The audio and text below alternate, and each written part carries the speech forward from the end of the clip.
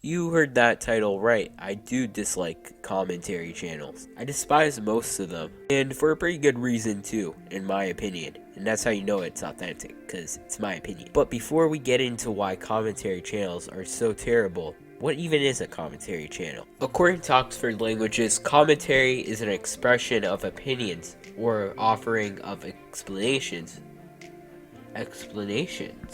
about an event or situation. So basically, a commentary video on YouTube means that it's a video about an expression of people's opinions or offerings of explanations about an event or situation. Now, why should I have a problem with this? And that is a good question, actually. Because commentary has been done for thousands of years, actually. Like commentaries on religious texts, for example. And even in political cartoons, which no one seems to have a problem with, except the side that's getting criticized by the political commentary. So why are commentary videos any different from this, you may be asking right now. There are many reasons for that, and we'll find them all out in this video.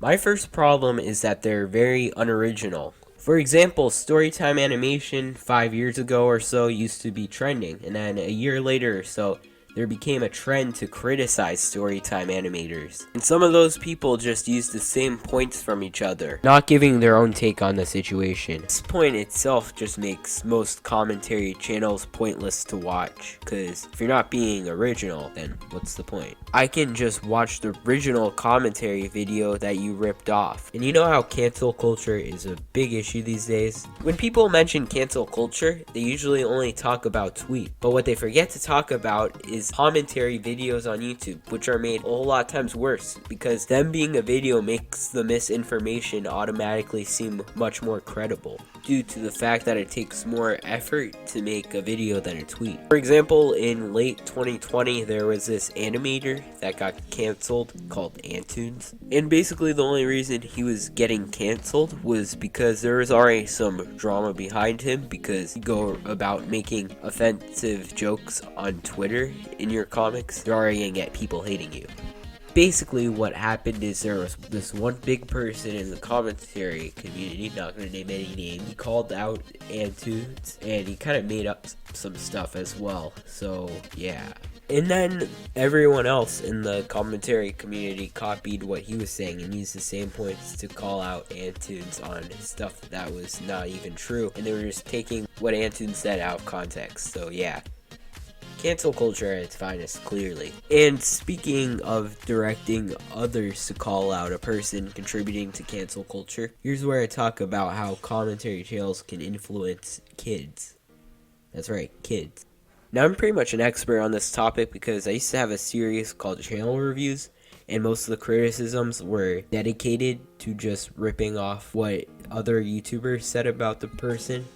So yeah, not the best kind of thing you want to be doing, especially at that age of 11 years old. Now, I'm not trying to say, Oh, won't somebody please think of the children?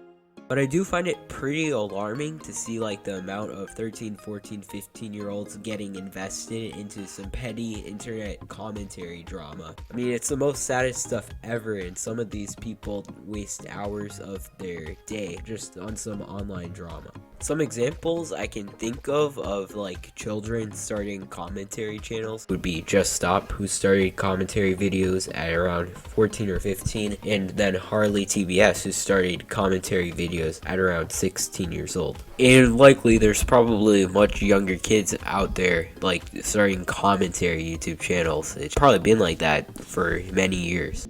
Now, the reason there's a problem with kids getting into commentary and drama channels, and the reason it's worse than if an adult were to do, is because kids have less stable mental health in general than adults do. The last reason why I hate commentary channels is because they're lazy and low effort in most cases. Starting from the most amount of effort, you have character stills. Most people who use character stills aren't artists, and they commission artists to make them for them. Or occasionally these commentary YouTubers are artists and they draw their own stills, kind of like this. If you want to be slightly more lazy, you can just do a speed art in the background if you're an artist, but like at least you have actual talent. Unlike those people that just commission other artists to do the character stills for them. If you want to be a bit more boring, you can use your face and, just record the whole video with you talking. Kind of boring, but it's not as bad as being one who uses gaming footage in the background. If you're the type that uses gaming footage in the background, it's a good way to show that you're addicted to dopamine and instant gratification. The point being said here is, what's the point of watching unoriginal, low-effort content? Anyways, that's it for this video. Enjoy your day, people, and bye.